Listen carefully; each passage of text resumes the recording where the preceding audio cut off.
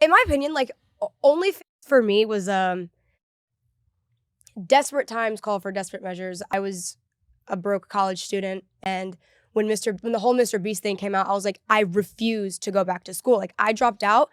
The video came out in November 2021. Like, I dropped out that winter break and never went back. And like, I come from, my entire family's Brazilian, and I'm firstborn generation here. So like, my parents lived out the American dream. They're like, oh, we want our, firstborn to go to college. And so I made it there. And then second year, I was like, peace out. Like, I'm dipping after one viral video. Like, that's unheard of, like completely unheard of. Not to mention a very religious family. To then do OnlyFans was like such a crazy shock. I'm just so curious about that. The family's reaction. It was horrible.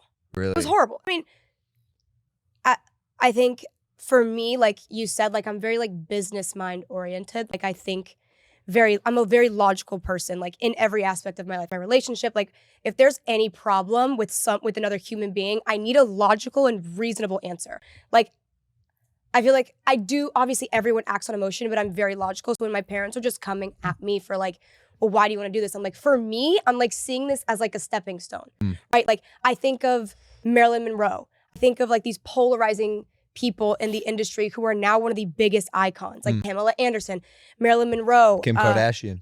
Exactly. Kim K is like now seen as an icon. I mean, no one ever forgot the, tape, but at the end of the day, she's a billionaire. Like, doesn't matter. Who's laughing now? It doesn't matter what you do, or I'm not saying my actions don't have consequences, because I will get into the fact like I do see the consequences of doing OF in trying to pivot.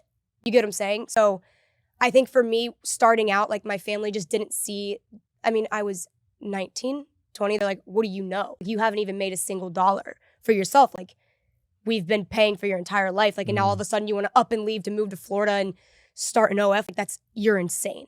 And I was like, yeah, well, I'm gonna do it. And I did it. And it, we didn't speak for like 4 or 5 months, which in like, I don't know, like the Latin culture, like it's very, very rare. You don't just not talk to your family. Like it is extremely against culture. Like they're my world, they're my universe, like I wouldn't be anywhere I am without them coming back and like us having a conversation.